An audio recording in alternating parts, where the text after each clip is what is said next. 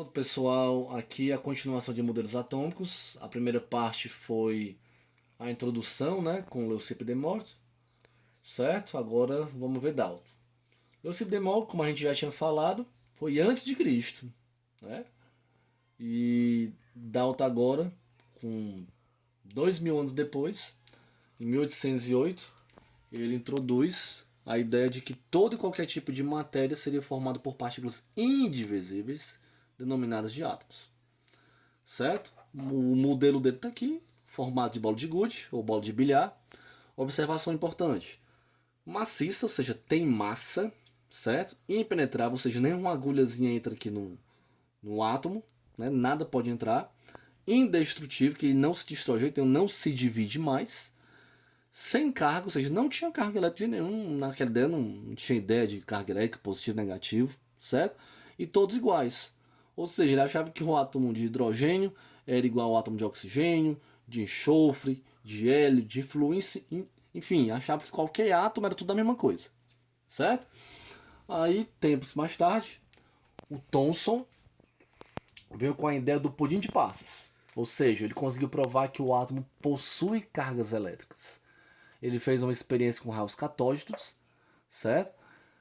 Onde, através de um feixe de luz que ele conseguiu fabricar a partir de uma tensão de uma bateria, botou uma alta voltagem, aí apareceu lá no catodo um feixe de luz que saiu do catodo até o anodo, ou seja, saiu da carga negativa até a positiva, ou seja, um feixe de luz que sai daqui para cá, ou seja, as cargas negativas indo em direção a positiva, ou seja, em direção aos prótons, digamos assim.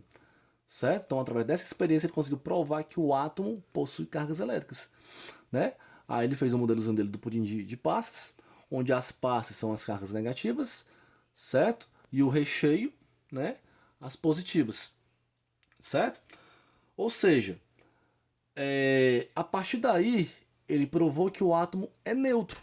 O que é um átomo neutro? É o átomo que possui carga total igual a zero. Ou seja, tem quantos prótons aqui? Um, 2, 3, 4, 5, 6, 7, 8. Né? Ou seja, temos 8 cargas positivas. Tem quantos elétrons aqui? Um, 2, 3, 4, 5, 6, 7, 8. Ou seja, 8 cargas negativas. Então, 8 positivas com 8 negativas, eu vou ter um total de cargas elétricas igual a quanto? Zero. Certo? Então, o átomo que é neutro. Certo? Depois a gente vai ver conceitos de íons, átomos com cargas positivas e negativas, mas o Thomson aqui é isso. Então ele conseguiu provar isso, que a quantidade de cargas positivas é igual à quantidade de cargas negativas. Então essa soma faz com que a carga total do átomo seja igual a zero, portanto o átomo neutro. Beleza. Rutherford é o modelo do sistema solar. Como assim, professor? Sistema solar? Porque o nosso sistema solar o que é? O Sol, né? É lá no centro do sistema solar e os planetas estão girando ao redor do Sol, certo? Planeta Terra, Marte e assim vai, né? O Júpiter, Saturno, eles giram ao redor aqui do Sol, certo? Então ele conseguiu provar isso aí. Ou seja, onde os planetas são os elétrons, onde os planetas são os elétrons. E o Sol quem é? É o núcleo. O Sol aqui, no caso, é o núcleo do átomo. E esse núcleo com carga positiva. Carga positiva.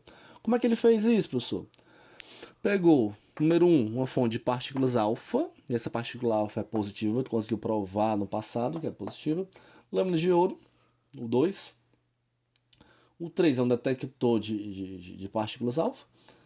E o 4 são as partículas alfa saindo. Essa partícula alfa ele pegou a partir do polônio. O polônio é um material radiativo, certo? Colocou protegido aqui por uma caixinha de chumbo, meteu as partículas alfa para a lâmina de ouro e pronto, foi o que aconteceu. Lá na lâmina ele viu que várias partículas, né, passavam direto mesmo, direto, sem nenhum tipo de desvio, certo? A maioria delas, e pouquíssimas delas se desviavam, certo? se desviavam, pouquíssimas delas.